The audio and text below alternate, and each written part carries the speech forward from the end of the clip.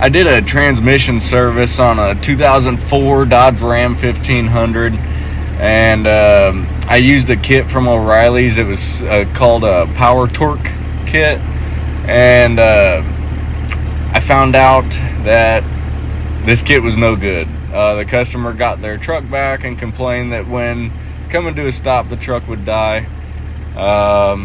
No codes were present. So I got on All Data and read a technical service bulletin about certain spin-on filters allow fluid to flow back from the torque converter, causing torque converter stall issues. So I ordered Mopar filters and redid this job.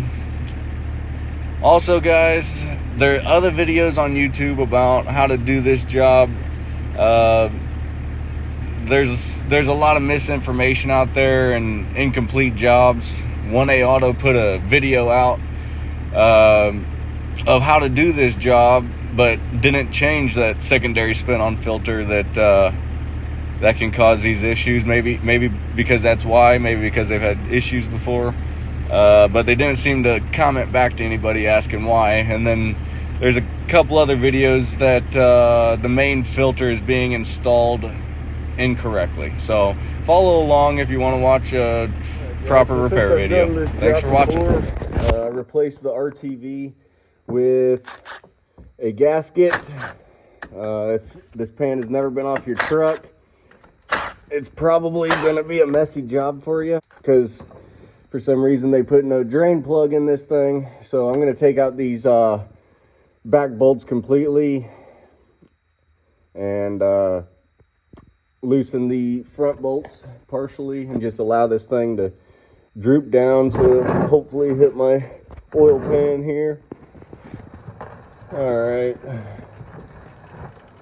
this is a stupid design.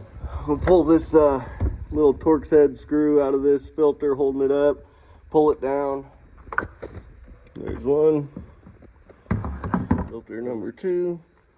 All right, now this is the pickup seal here that has a metal sleeve on it that the instructions are clear to say that this needs to be installed into here first and not on the filter and then into the housing. It's supposed to go into the housing first.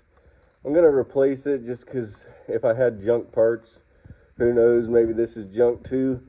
You want to be very careful and just work your way around it. Ooh, that's a little harder than I expected it to be. I got this little crowbar here. I'm slowly working my way around the inside.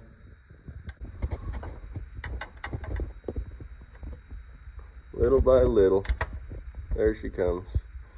Alright guys, so here's the new Mopar seal next to the Oriellys seal. Alright, so this 18mm looks pretty good. It's pretty flush with the outside of this seal. Start our seal up in there. Square. Alright, that looks pretty good. I'm gonna use my 18 and my extension. Just go up in here, hold on just the outside, and tap her in. Alright, she's in and flush. You want it to be flush with the mating surface. Looking pretty good. Time to install the filter. Spin-on has the O-ring. New spin-on has the O-ring. Alright, now when installing this thing, you want to give nice even pressure up into that seal there. Go down to this lip here and lube up that seal a little bit too. Alright, so nice even pressure. Gonna twist a little and you should feel it pop in. There it goes. Nice even pressure, guys. You gotta be careful with these plastic filters. It'll break the neck off of that real fast. Now, spin-on filter.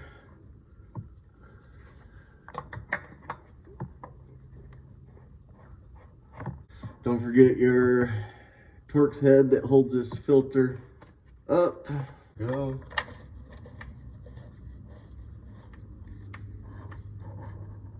Not too tight. Check my magnet. There is nothing wrong with this gasket. We'll throw it back on the pan and put the bolts through it. Alright guys, so this gets torqued to 125 inch-pounds.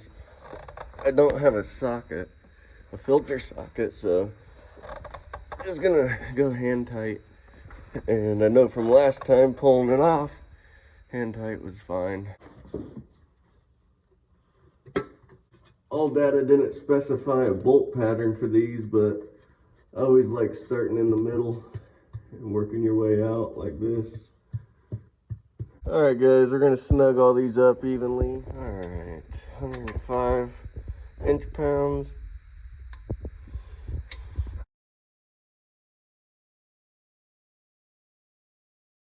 Now, after going around once, I'm gonna do it again. Alright guys, so I'm gonna drain this into some old oil containers, or oil jugs, and see how much fluid we pulled out of this thing. But last time it was about 7 quarts. Alright, I added 7 quarts. Let's see what this thing does.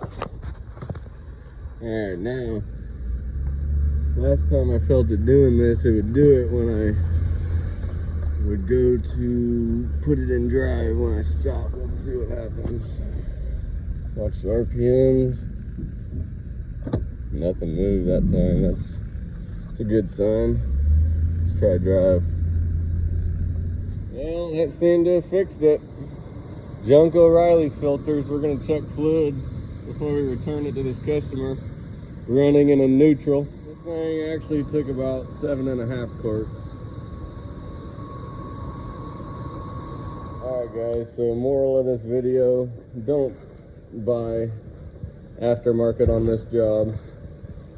On a lot of things actually I'm starting to figure out, but hey, at least we pulled the pan again and gave it a second drain. That should have drained most of the fluid out of the transmission system, and now they got some new fluid and a thorough service.